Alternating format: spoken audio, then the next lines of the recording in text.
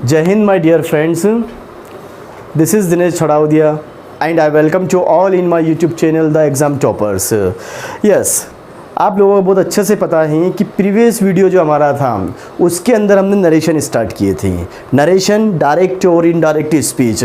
अब उसको डायरेक्ट और इनडायरेक्ट स्पीच भी बोल सकते हैं हम, और डायरेक्ट और इनडायरेक्ट नरेशन भी बोल सकते हैं, जिसमें आपको कंफ्यूज होने की ज़रूरत नहीं है। और हमने उसको 2 पार्ट्स में डिवाइड किया था पूरे सेंटेंस को। सबसे पहले बात हुई थी कि हमारा जो नरेशन होता है वो 2 पार्ट्स में डिवाइड होता है, डायरेक्ट स्पीच और इनडायरेक्ट स्पीच। डायरेक्ट नरेशन और इनडायरेक्ट नरेशन बात एक ही होती है। तो हमारी बात ये हुई थी प्रीवियस वीडियो के अंदर कि पूरे सेंटेंस को हमने 2 पार्ट्स में डिवाइड किया हुआ था। 2 पार्ट्स में कैसे किया था?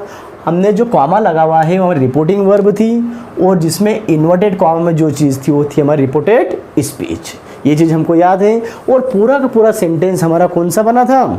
पूरा का पूरा सेंटेंस बना था आपका डायरेक्ट स्पीच या direct narration. But how to change into indirect speech और इनडायरेक्ट नरेशन, इसके लिए हमारी बात हुई थी कल। तो हमने प्रीवियस वीडियो में जो बात की थी वो ये देखा था कि अगर रिपोर्टिंग वर्ब, ई for reporting verb it means first part किसमें हो? प्रेजेंट और future tense, then the tense of reported speech never change. तो यहाँ का रिपोर्टेड स्पीच का मतलब कि ये वाला टेंस चेंज नहीं होगा, लेकिन लास्ट वाले सेंटेंस जो हमने लिए थे वो पास्ट वाले लिए थे, और उसमें डिस्कस किया था कि अगर यहाँ पर पास्ट टेंस आ जाए, यहाँ पर क्या आ जाए? पास्ट टेंस आ जाए। अब past tense, present tense, future tense, कौन सा टेंस कैसे होता है, कब यूज़ करना है और कैसे पहचानते टेंस, ये आपको बहुत अच्छे से आते हैं। आपको अच्छे से क्यों आते, इतना कॉन्फिडेंट क्यों हैं हम? वो इसलिए हैं कि सारे के सारे वीडियो हमने इसके ऊपर पहले बना दिए हैं। अगर आपने नहीं देखे तो प्ले लिस्ट में जाइएगा आप, तो उसके अंदर सारे के सारे वीडियोस आपको मिल जाएंगे। अगर टेंस याद है तो नरेशन आपके लिए बहुत बहुत ईजी है, अदरवाइज रूल्स समझ में आ जाएंगे लेकिन आंसर देने में प्रॉब्लम आएगी। यस, तो क्या हुआ? अब इसके लिए हमने आपको प्रीवियस वीडियो में एक बात बताई थी कि आपके लिए एक टेबल हम बनाएंगे, उस टेबल का अगर यूज़ करेंगे हम तो आपके नरेशन बिल्कुल सही होंगे। अब टेबल जो बनी हुई है वो टेबल हमने यहाँ पर बना रखी है, डायरेक्ट स्पीच और इनडायरेक्ट स्पीच। डायरेक्ट स्पीच से मतलब ये है हमारा कि जो यहाँ पर कॉमा के पूरा सेंटेंस है आपका, इसके अंदर की बात हो रही है यहाँ पर। तो डायरेक्ट स्पीच के अंदर इनमें से जो भी वर्ड्स आपको यहाँ पर मिले, कहाँ पर मिले? यहाँ पर मिले, तो हम उसमें क्या करेंगे? आपको उसमें क्या करना है? उसको चेंज करना है। बट अब होगा क्या यहाँ पर? उसमें आपको क्या करना है कि यहाँ पर कोई सा भी टेंस आ सकता है, यहाँ पर प्रेजेंट टेंस आ सकता है, फ्यूचर टेंस आ सकता है, फ्यूचर परफेक्ट आ सकता है, फ्यूचर कंटिन्यूस, कोई सा भी टेंस आ सकता है। तो और इसके अलावा कोई पार्ट्स ऑफ स्पीच आ सकती है। पार्ट्स ऑफ स्पीच से मतलब यहाँ पर क्या हुआ है? आपको धीस आ सकता है, देट आ सकता है, दीज आ सकता है, टुडे आ सकता है, दैट डे आ सकता है, कोई सा भी डे आ सकता है, वो भी हमें समझना है। तो ये टेबल है आपके सामने, इसको आपको क्या करना है? समझना है बहुत आसानी से और बहुत इजी है। तो अगर धीस आ जाए, धीस कहाँ पर आ जाए? यहाँ पर किसमें? रिपोर्टेड स्पीच के अंदर। अगर रिपोर्टेड स्पीच में धीस आया है तो हम धीस का कर देंगे दैट, दीज THEAC, दिस का होगा दोज, हियर का देयर, नाउ का चेंज होगा देन, दस का क्या हो जाएगा? सो, हैंड्स का देंस, THENCE देंस, टुडे का दैट डे, दिस डे का भी होगा दैट डे। अब ये डायरेक्ट स्पीच लिखी, मतलब कि जो इन्वर्टेड कॉमा में आया हुआ है, और जब हम चेंज करते हैं उसको किसमें? इनडायरेक्ट नरेशन में। जब इनडायरेक्ट नरेशन में चेंज किया जाता है तब हम क्या करेंगे? जो यहाँ पर डायरेक्ट में दिया हुआ है, इनडायरेक्ट में इस चीज़ में उसको चेंज करना है। कब करना है? You must remember this thing कि जब यहाँ पर पास्ट टेंस आया हुआ है, जब पास्ट टेंस आया तभी आपको इस टेबल का यूज़ होगा। तो अगर यहाँ पर आ गया ये वाला तो हम इसको इसमें बदल देंगे। अगर टुमारो आया तो टुमारो किस में आया? डायरेक्ट स्पीच में। तो इनडायरेक्ट में क्या बन जाएगा उसका? इनडायरेक्ट बनेगा द नेक्स्ट डे हो सकता है, द फॉलोइंग डे हो सकता है, अंडरलाइन करने दो मुझे, द नेक्स्ट डे हो सकता है, द फॉलोइंग डे हो सकता है, और द ऑन द मोरो भी हो सकता है। तीनों में से एक कोई सा भी आएगा, और तीनों में से एक कोई सा नहीं आया, कहीं चौथा आ गया तो आपका सेंटेंस वहाँ पर गलत होगा। यस, यस्टरडे, यस्टरडे आ जाए डायरेक्ट में तो इनडायरेक्ट में क्या हो जाएगा, द प्रीवियस डे या फिर द डे बिफोर। अब ऐसे ही द डे बिफोर यस्टरडे आ जाए, look here, the day before yesterday होगा तो 2 days बिफोर। ये 2 की स्पेलिंग यहाँ पर गलत है, 2 मतलब कि 2 की बात कर रहे हैं अपन, यस, तो क्या होगा 2 days बिफोर। अगर द डे आफ्टर टुमारो हो गया, क्या आ जाए यहाँ पर किसमें, डायरेक्ट में, तो इनडायरेक्ट में क्या बन जाएगा वो, इन 2 days टाइम। अब इन 2 days टाइम में भी आपको करना है, एपोस्ट्रोफी लगाना है, यहाँ पर एपोस्ट्रोफी एस नहीं लगाना।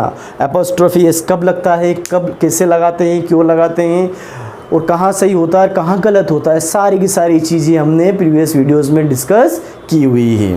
तो वो वीडियो भी आप ध्यान से देखोगे तो आपको इसका यूज़ करेक्ट समझ में आ जाएगा। तो द डे आफ्टर टुमारो होगा इन 2 days टाइम।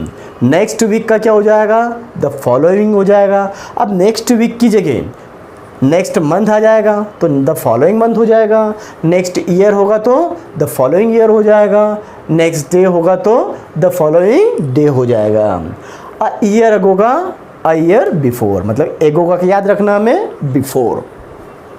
लास्ट मंथ आ जाए, क्या आ जाए, लास्ट मंथ या लास्ट वीक आ जाए या लास्ट ईयर आ जाए या लास्ट डे आ जाए।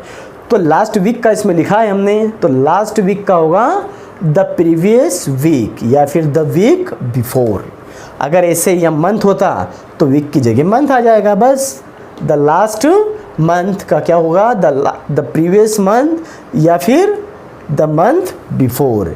ईयर होगा तो द लास्ट ईयर का द प्रीवियस ईयर या फिर द ईयर बिफोर। ऐसे कोई सा वजह हम उसको अकॉर्डिंग चेंज कर सकते हैं। अब ये तो बात हुई हमारी पार्ट्स ऑफ स्पीच की, लेकिन इसके साथ में टेंस भी आते हैं जो आपको पूरे चेंज करना पड़ते हैं। अगर डायरेक्ट स्पीच में क्या आया है, प्रेजेंट सिंपल टेंस, तो प्रेजेंट सिंपल या फिर प्रेजेंट सिंपल और क्या बोलते हैं अपन, प्रेजेंट इंडेफिनिट। तो प्रेजेंट सिंपल हो तो हम क्या कर देंगे, उसको पास्ट सिंपल में कर देंगे, बहुत आसान है। प्रेजेंट कंटिन्यूस को हम किस में कर देंगे, पास्ट कंटिन्यूस में कर देंगे। और present perfect change into past perfect, present perfect continuous. अब प्रेजेंट परफेक्ट कंटिन्यूस चेंज हो जाएगा इसका पूरा अपोजिट, पास्ट परफेक्ट कंटिन्यूस। लेकिन ये कंपलसरी नहीं होता है कि डायरेक्ट में सिर्फ प्रेजेंट आए। डायरेक्ट नरेशन में पास्ट सिंपल भी आ सकता है, पास्ट कंटिन्यूस भी आ सकता है, फ्यूचर भी आ सकता है। तो पास्ट सिंपल होगा किसमें, डायरेक्ट नरेशन में। तो इनडायरेक्ट में क्या हो जाएगा, वो पास्ट सिंपल होगा पास्ट परफेक्ट में। किसमें होगा, पास्ट सिंपल पास्ट परफेक्ट में। ये प्रेजेंट वाले तो बहुत आसानी से याद रह जाते हैं, पास्ट सिंपल थोड़ा कंफ्यूज करता है, इसको अंडरलाइन किया हुआ है। और पास्ट कंटिन्यूस किस में बदलेगा, पास्ट कंटिन्यूस जाएगा पास्ट परफेक्ट कंटिन्यूस टेंस के अंदर। अब पास्ट कंटिन्यूस के बाद में होगा पास्ट परफेक्ट और पास्ट परफेक्ट कंटिन्यूस। तो माय डियर फ्रेंड्स, इसको याद रखना है कि दोनों चेंज नहीं होंगे। इसके सामने ही लिखा हमने नेवर चेंज। नेवर चेंज का मतलब ये नहीं कि वहाँ पर नेवर चेंज लिख के आ जाए हम, मतलब उसको चेंज नहीं करना है। You must remember it. अब यहाँ तो हमारे पास 2 टेंस थे, 2 कौन से थे, प्रेजेंट और पास्ट, तो आपने कंपेयर कर लिया। लेकिन फ्यूचर टेंस तो बेचारा अकेला पड़ जाता है। अब वो अकेला हो गया तो उसका क्या करेंगे हम उसकी जो ऑक्सिलरी वर्ब हैं, हेल्पिंग वर्ब हैं, उसके अकॉर्डिंग उसको समझेंगे। अब आपको पता है कौन सी हेल्पिंग वर्ब यूज़ की जाती है, विल, शेल, यहाँ पर मॉडल्स भी आ सकते हैं, वो भी देखते हैं हम। अब जैसे विल आ जाएगा डायरेक्ट में, तो इनडायरेक्ट में क्या बन जाएगा, विल का वुड। शेल होगा तो शेल का शुड, कैन का कुड, मे का माइट। ये भी आपको याद रखना है। This one and that one, ये तीनों के तीनों जो पार्ट दिए हुए सब टेबल हैं। इस टेबल को आपको ध्यान से समझना है। कब, तब यहाँ पर रिपोर्टिंग वर्ब में पास्ट टेंस दिया हुआ है। तो अब हम देखते हैं यहाँ पर क्या था, प्रेजेंट परफेक्ट था, तो पास्ट परफेक्ट में क्या कर दिया आपने, हेड कर दिया। ये आपके सामने लिखा हुआ present perfect change into past perfect. अगला सेंटेंस हम देखते हैं, कमलेश सेड, ये पास्ट टेंस है। आई डिडेंट स्पीक इंग्लिश, तो सेड का सेड रहेगा, कमलेश सेड, कंजक्शन कौन सा लगेगा, दैट। ये दैट लगाया। आई कौन सा पर्सन है, कौन सा है, प्रीवियस वीडियो देखा होगा आपने, नहीं देखा, देखना था, फिर भी मैं बताता हूँ क्या होगा यहाँ पर कि आई हमारा है कौन सा, first person, and first person change according to subject of the reporting verb, और सब्जेक्ट यहाँ पर कमलेश है, और कमलेश को हम बार बार नहीं लिखेंगे, इसका सब्जेक्ट प्रोनाउन यूज़ करेंगे जो क्या होता है, ही। अब टेंस कौन सा है, ये डिड किस में यूज़ करेंगे हम, टेंस तो आप जानते हो बहुत अच्छे से, डिड यूज़ होगा आपका पास्ट सिंपल में, जो हमने टेबल में लिखा हुआ है। कहाँ लिखा है पास्ट सिंपल, ये लिखा। पास्ट सिंपल किसमें बदलेगा, पास्ट परफेक्ट में, और पास्ट परफेक्ट में हेल्पिंग वर्ब कौन सी आती है, हेड, और वर्ब की थर्ड फॉर्म, तो ये हेड आ गया, लेकिन नेगेटिव था, नेगेटिव का नेगेटिव, स्पीक की थर्ड फॉर्म होती है स्पोकन। हो गया आंसर आपका। और कॉमा हट जाएंगे। अगला सेंटेंस देखें हम, he said to her they are taking rest, direct speech है। यहाँ पर डी एस का मतलब क्या हुआ, दीपक शर्मा नहीं है, ये क्या होगा अपना डायरेक्ट स्पीच, और आई एस का मतलब ईश्वर शर्मा नहीं समझना है, इसका मतलब क्या है, इनडायरेक्ट स्पीच। यस, तो क्या सेंटेंस है हमारे पास में, दे आर टेकिंग रेस्ट, ये डायरेक्ट स्पीच है। तो इनडायरेक्ट में जब भी सेड टू आ जाएगा तो सेड टू का क्या हो जाएगा, टोल्ड, क्योंकि सेड टू को हम टोल्ड कर सकते हैं, सेड के साथ टू आता है, लेकिन टोल्ड के साथ कभी भी टू नहीं आता। तो क्या हुआ, टोल्ड हर, कंजक्शन दैट। अब दे कौन सा पर्सन है, third person, third person never change, present continuous tense, and present continuous tense change into past continuous, तो उसमें वर लगता है, वाज वर, तो दे के साथ क्या लगेगा, वर, दे वर टेकिंग रेस्ट। ये आंसर हुआ। ये तो हमने कुछ एग्जाम्पल्स में लिए हुए हैं ताकि ये टेबल हमें माइंड में समझ में आ जाए। अब यहाँ पर ये तो अभी हमने क्या देखे हैं, सारे के सारे सिंपल सेंटेंस और नेगेटिव हैं। यहाँ पर इंट्रोगेटिव भी आ सकते हैं, इंट्रोगेटिव आ सकते हैं, इंपरेटिव आ सकते हैं, ऑप्टेटिव सेंटेंसेस आ सकते हैं, है ना, एक्सक्लामेटरी सेंटेंसेस आ सकते हैं। तो ये सारे के सारे हो गए, अगले वीडियो में हम डिस्कस करेंगे।